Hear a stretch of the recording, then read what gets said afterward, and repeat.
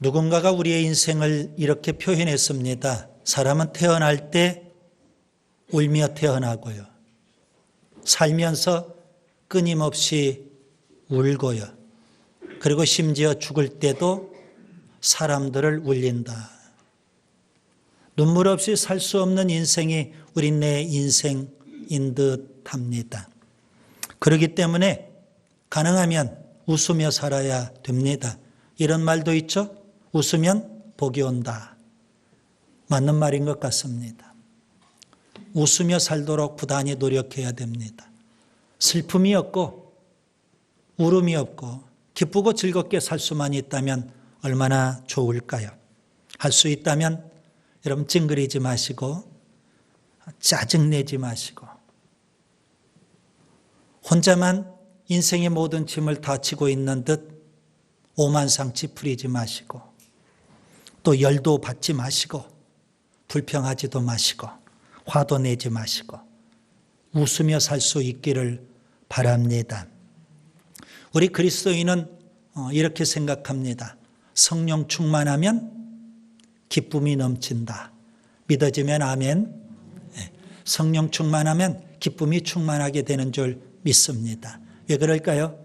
성령의 열매 가운데 하나가 희락입니다. 갈라디아서 5장 22절 23절에 오직 성령의 열매는 사랑과 그 다음에요 희락, 기쁨이 넘치게 됩니다. 성령님이 우리에게 오시면 기쁨이 충만하게 됩니다. 예수님께서 70명의 전도자를 파송하셨습니다. 전도 현장에 2명씩 파송을 하셨어요. 그들이 가는 곳마다 주님의 이름으로 귀신을 쫓아내고 병든 자를 고치고 그리고 천국 복음을 전합니다. 놀라운 역사가 나타나요. 얼마나 신바람이 나겠습니까?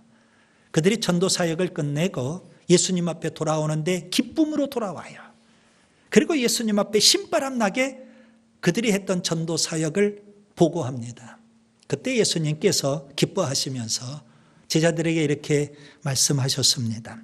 누가복음 10장 20절 귀신들이 너희에게 항복하는 것으로 기뻐하지 말고 너희 이름이 하늘에 기록된 것으로 기뻐하라. 우리가 구원받은 것 기뻐하라는 겁니다. 주님은 성령으로 기뻐하시면서 그리고 제자들을 위해서 기도하신 모습을 우리가 성경에서 볼 수가 있습니다. 사도 바울, 그는 로마 감옥에 갇히게 됐죠. 다메섹에서 예수님을 만나고 회심을 합니다. 그리고 그는 헌신해서 죽을 고생 다 하면서 모진 고난을 다 당하면서 복음을 전하여 그러다가 그가 결국 1차, 2차, 3차 선교를 끝내고 로마의 죄수의 몸으로 가게 됐어요. 감옥에 갇혀있는 그 빌립보 교인들에게 편지를 보내요. 그러면서 그가 기뻐하라 명령을 합니다. 여러분 감옥 안에 있는 사람이 감옥 밖에 있는 사람에게 기뻐하라 명령한다는 것 너무 역설적이잖아요. 뭐 기뻐할 게 있겠어요? 로마 감옥이 호텔도 아닌데 그것도 예수님 전하다가 감옥에까지 가게 됐는데 뭘 기뻐할 게 있겠어요? 원망할 것 많고 불평할 것 많고 짜증나는 것 많고 불편한 것도 많고 그런데 그가 감옥 밖에 있는 빌립보 교인들에게 기뻐하라. 빌립보서 4장 4절 주 안에서 기뻐하라. 내가 다시 말하노니 기뻐하라. 그렇게 명령을 내립니다.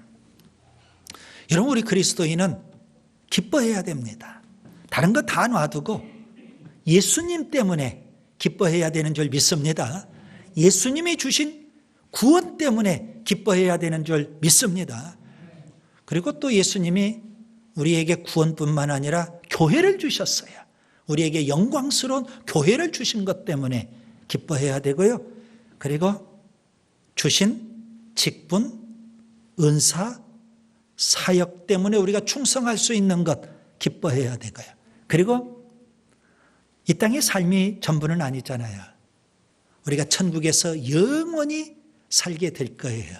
우리에게 주신 천국 때문에도 우리는 기뻐할 수 있는 줄 믿습니다. 자, 기쁘게 산다는 것 참 중요한데 오늘 본문에 보시면 예수님께서는 애통하는 자의 복에 대해서 말씀하십니다. 본문 4절입니다.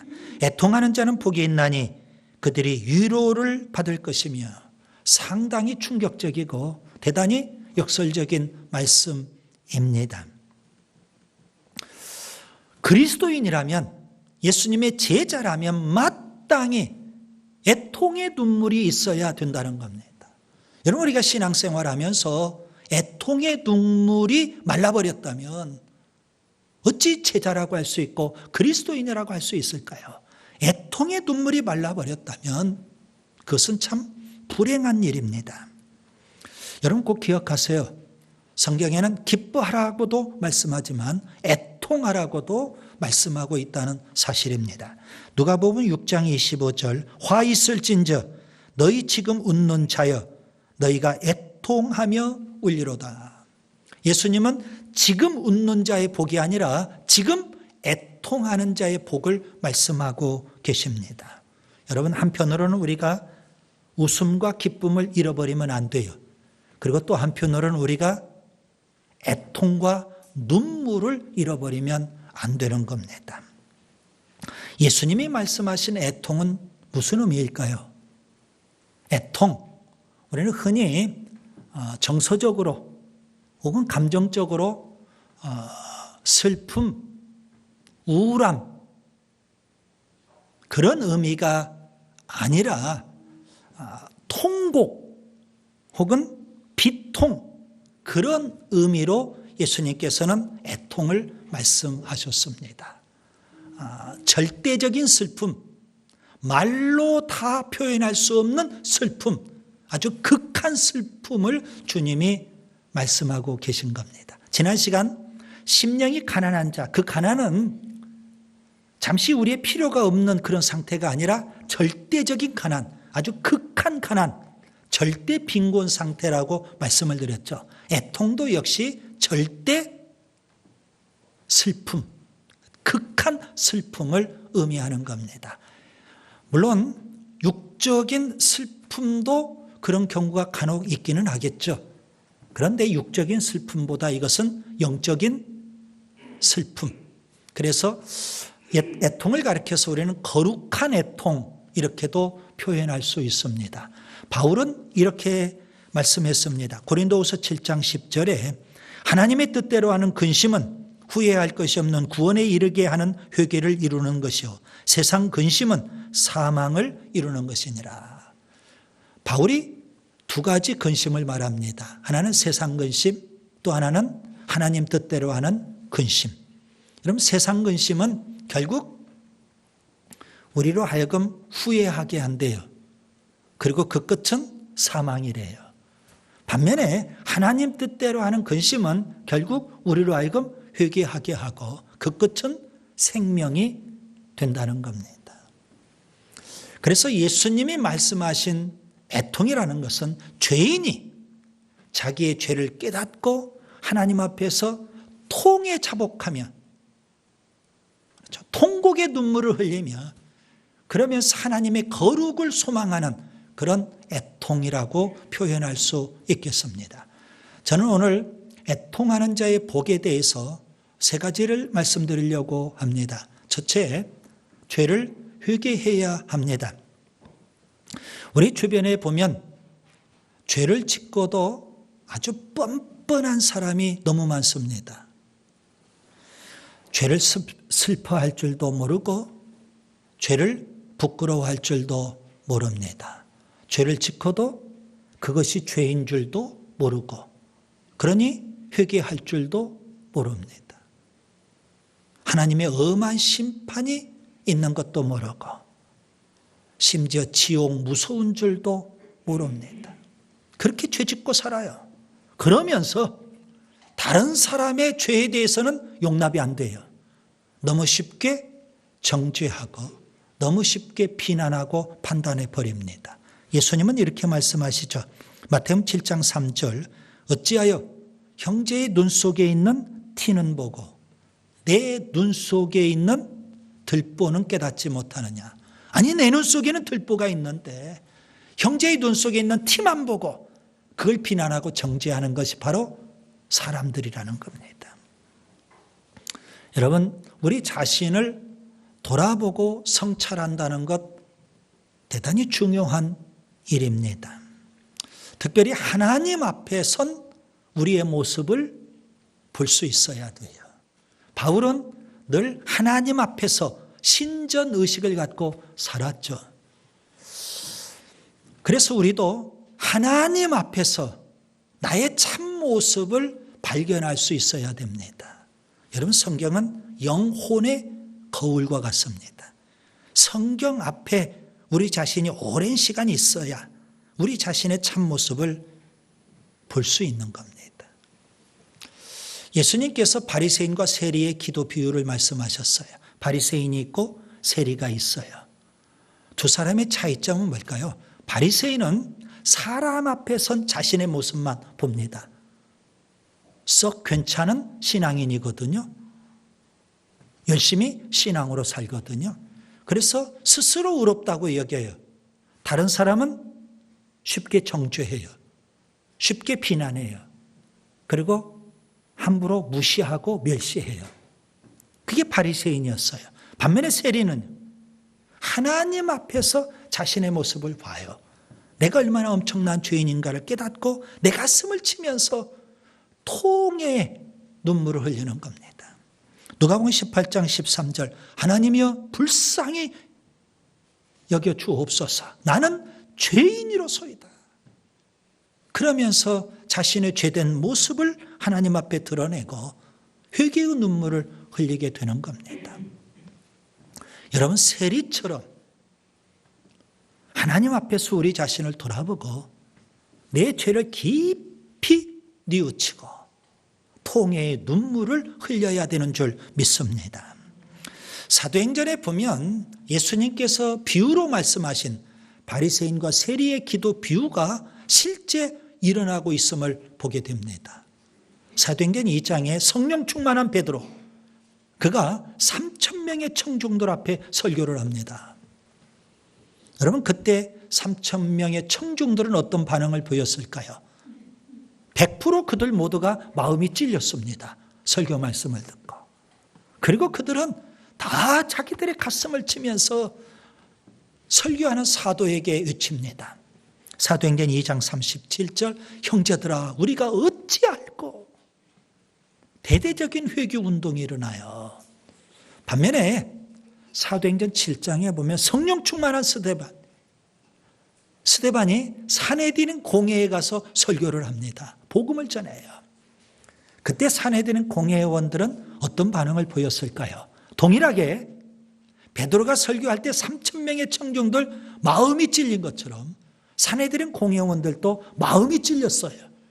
그런데 그들은 이를 갈기 시작합니다. 그리고 돌을 들어서 스데반을 쳐 죽였던 겁니다. 회개할 줄 모르는 거죠.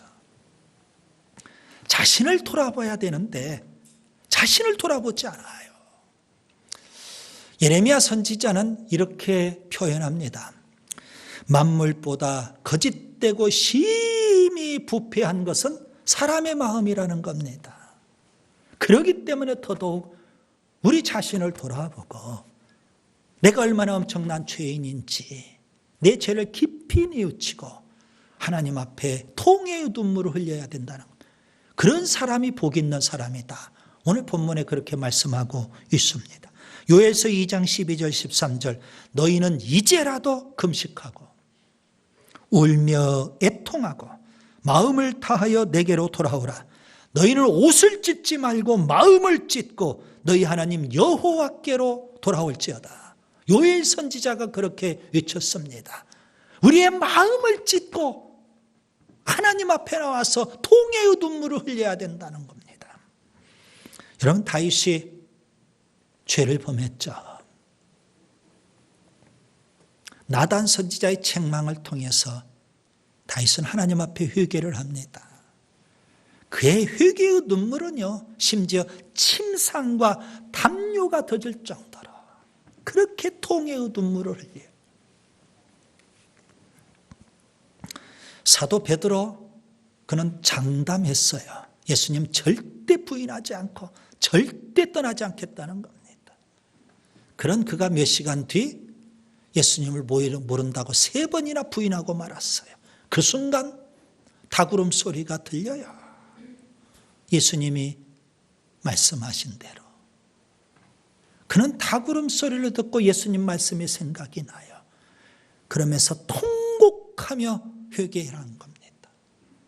전설에 의하면 베드로는요, 새벽마다 닭울음 소리를 기억하면서 하나님 앞에 통곡하며 기도했다는 겁니다.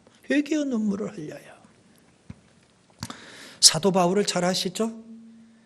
그가 고백한 대로 그는 비방자였고 박해자였고 폭행자였습니다. 심지어 그는 죄인 중에 괴수였습니다.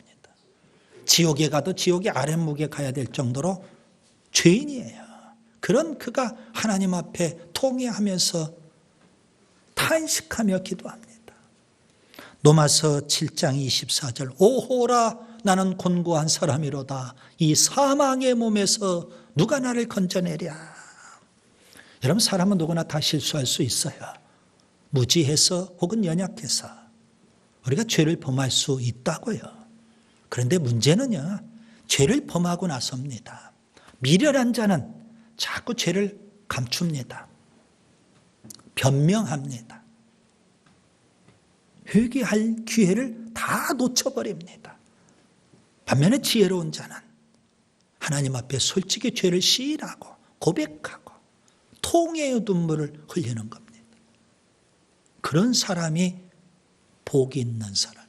그 다음에 두 번째, 거룩을 사모해야 합니다. 여러분 죄를 자복하고 회개의 눈물을 흘렸다면 이제는 죄를 이기며 살아야 됩니다.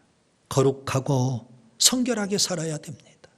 우리가 죄를 이기며 거룩하고 성결하게 살려면 죄를 단호하게 끊어야 되겠죠. 창세기 4장에 보면 최초의 살인사건이 기록되어 있습니다. 가인이 동생 아벨을 죽인 사건이 있죠. 하나님께서 왜 그걸 모르시겠었을까요? 다 아셔요. 가인이 동생 아벨을 쳐 죽이기 직전 하나님께서 가인에게 나타나셔서 경고하십니다. 뭐라고 경고하실까요? 죄가 너를 원하나 너는 죄를 이길지니라. 죄 짓지 말고 죄를 이기라는 겁니다. 하나님 우리가 죄를 이기며 살기를 원하십니다. 세례 요한, 그는 예수님의 선구자죠.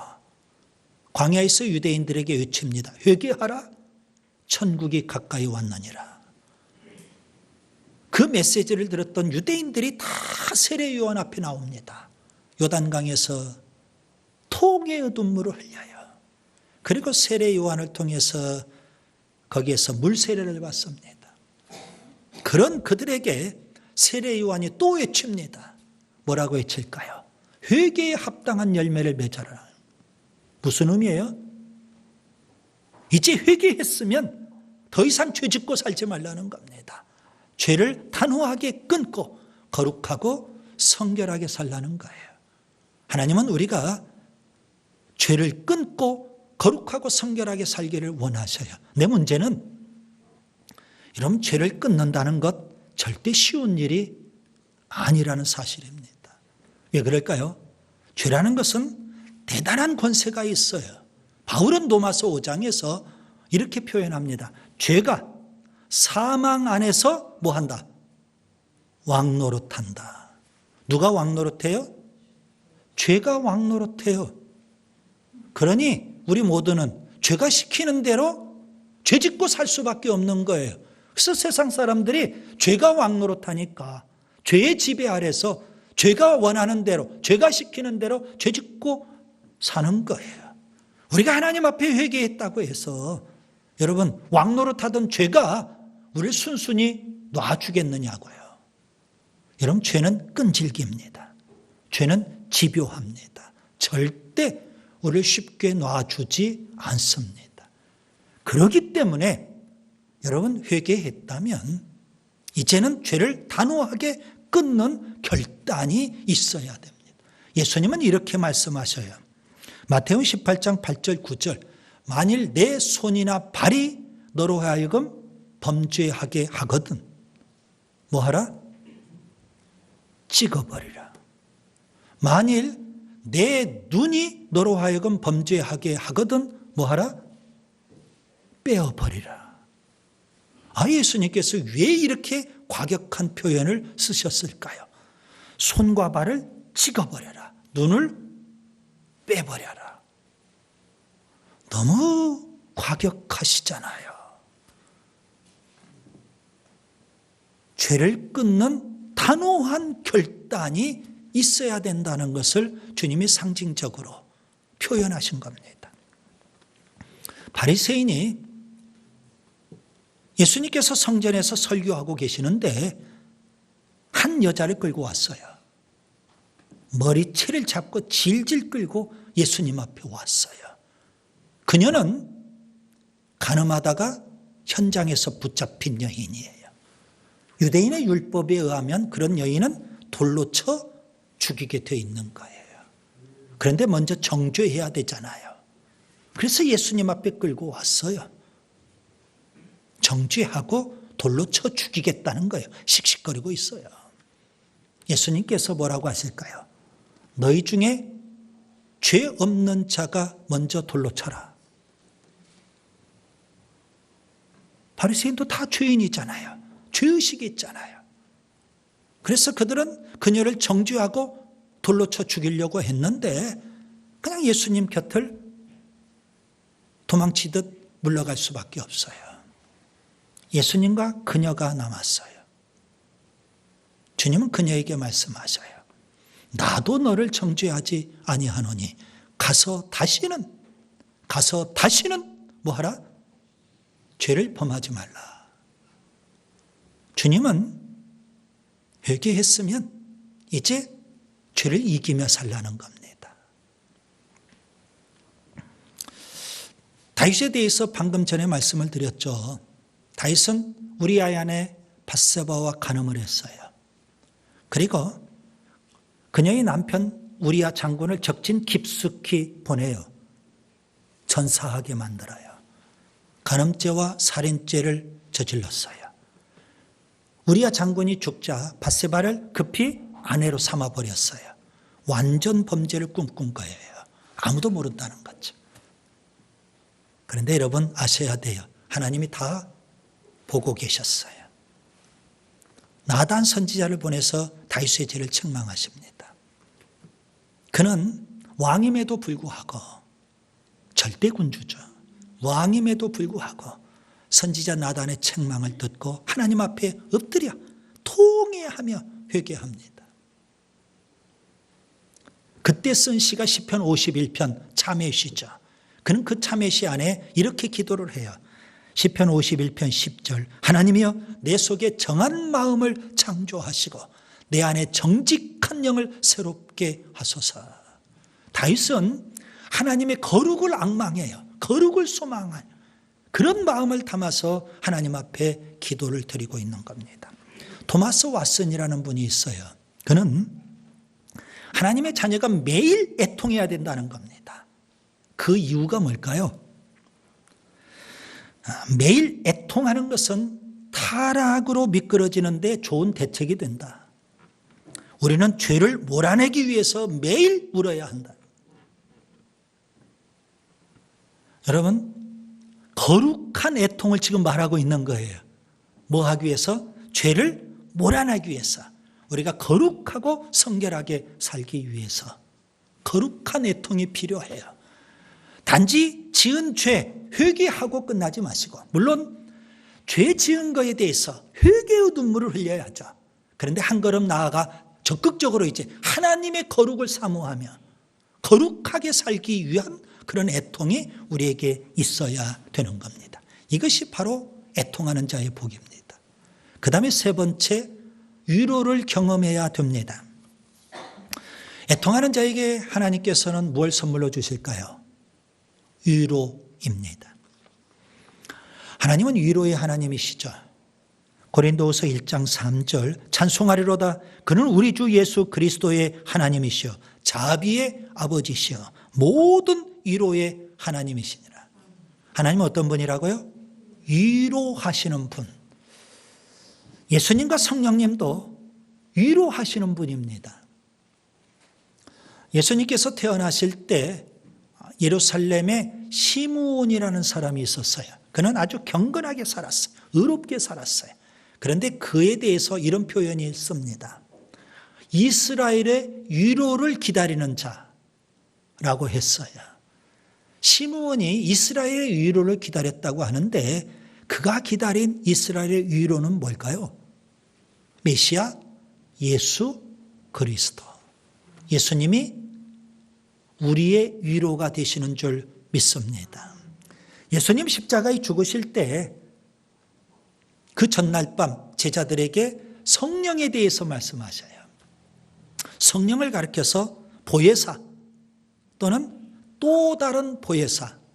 또 다른 보혜사라는 것은 예수님이 보혜사시고 성령님도 보혜사, 또 다른 보혜사. 여러분 그 보혜사라는 말은 위로자 그런 의미가 됩니다. 성부 하나님도 성자 예수님도 성령 하나님도 위로자가 되시는 줄 믿습니다. 애통하는 자에게 삼위일체 하나님이 주시는 위로는 뭘까요? 저는 세 가지를 이 시간 말씀드립니다. 첫째 사죄입니다. 죄를 깨닫고 죄를 뉘우치고 하나님 앞에 회개의 눈물을 흘리는 자, 그의 죄를 하나님은 다 용서해 주시는 줄 믿습니다. 그의 죄가 아무리 주홍 같을지라도 눈과 같이 이게 해주시고요. 아무리 진홍같이 붉을지라도 양털같이 깨끗게 해주시는 줄 믿습니다. 그의 죄가를 동이 서에서 먼 것처럼 하나님은 기억지 아니하시고 도말해 주신다고 했습니다. 요한일서 1장 9절 만일 우리가 우리 죄를 자백하면 그는 미쁘시고 의로우사 우리 죄를 사하시며 우리를 모든 불의에서 깨끗하게 하실 것이라. 여러분 우리가 죄책감에 시달릴 수밖에 없는데 회개하면 죄책감에서 자유하고요. 사죄의 기쁨, 용서의 기쁨을 누리게 되는 줄 믿습니다. 그 다음에 두 번째 평안입니다. 죄 지은 자의 특징이 뭘까요? 방금 말씀드린 죄책감이 있죠. 그렇기 때문에 찾아오는 것은 불안입니다. 죄인의 마음속에는 평강이 없습니다. 예수님께서 십자가에 죽으신 다음에 부활하신 후 맨 먼저 제자들을 찾아왔어요. 불안에 떨고 있는 제자들, 예수님을 다 버리고 도망가 버린 제자들, 그런 제자들에게 주님 찾아오셔서 두 번에 걸쳐서 너희에게 평강이 있을지어다. 너희에게 평강이 있을지어다. 제자들의 두려움을 다 거두어 주시고 하늘의 평강을 주셨어요. 주님이 주시는 평강은요, 세상이 주는 평강과는 비교할 수 없어요. 요한복음 14장 27절 평안을 너희에게 끼치노니 나의 평안을 너희에게 주노라. 내가 너희에게 주는 것은 세상에 주는 것과 같지 아니하니라. 여러분 주님이 주시는 참된 평안을 누리며 살 수 있기를 바랍니다. 그 다음에 세 번째 소망입니다. 여러분 사람은 하나님이 맨 먼저 창조하실 때 위를 바라보도록, 땅이 아니라 위를 바라보도록 하나님이 창조하셨어요. 그런데 사람들이 범죄하고 위를 바라볼 줄 모르고 자꾸 땅만 바라봐요. 우리는 위를 바라봐야 되고요. 미래를 꿈꿔야 되고요. 천국을 소망해야 되는 줄 믿습니다. 골로새서 3장 1절과 2절 위의 것을 찾으라. 거기는 그리스도께서 하나님 우편에 앉아 계시니라. 위의 것을 생각하고 땅의 것을 생각하지 말라 그랬습니다. 여러분 죄인된 죄악이 관영한 이 세상에 우리가 살 때 특별히 거룩하고 성결하게 살려면 많은 고통이 있죠. 많은 아픔이 있죠. 많은 어려움이 있죠. 그러나 여러분, 이 세상이 영원하지는 않아요. 언젠가는 우리가 가서 살아야 될 영원한 세계가 있어요. 그걸 우리가 소망하며 살아야 돼요. 부자와 거지 나사로의 비유를 주님이 말씀하셨어요. 부자는 이 땅에서 천년 만년 누릴 것처럼 떵떵거리며 호요식하고 살았어요. 그러나 거지 나사로는 고통 가운데 살았어요. 그러나 이 세상이 영원하지는 않죠. 반전이 일어납니다. 둘 다 죽음 이후 부자는 음부에서 영원히 고통을 당하고, 거지 나사로는 아브라함의 품에서 하나님이 약속하신 위로를 누려요. 예수님께서 그의 목자가 되시고 그에게 생명수의 샘으로 인도하시고 그의 눈에서 눈물을 다 씻어주시는 줄 믿습니다. 이제 말씀을 정리합니다. 팔복 중에 오늘은 두 번째 복, 애통하는 자의 복입니다. 애통하는 자는 복이 있나니 그들이 위로를 받을 것이며, 예수님의 제자라면 마땅히 애통하는 자이어야 합니다. 애통의 눈물이 말라버렸다면 문제가 심각한 거예요. 불행한 거예요. 예수님이 말씀하신 애통은 거룩한 애통입니다. 첫째, 죄를 회개해야 돼요. 두 번째, 거룩을 사모해야 돼요. 그리고 하나님이 주시는 위로를 경험할 수 있기를 바랍니다.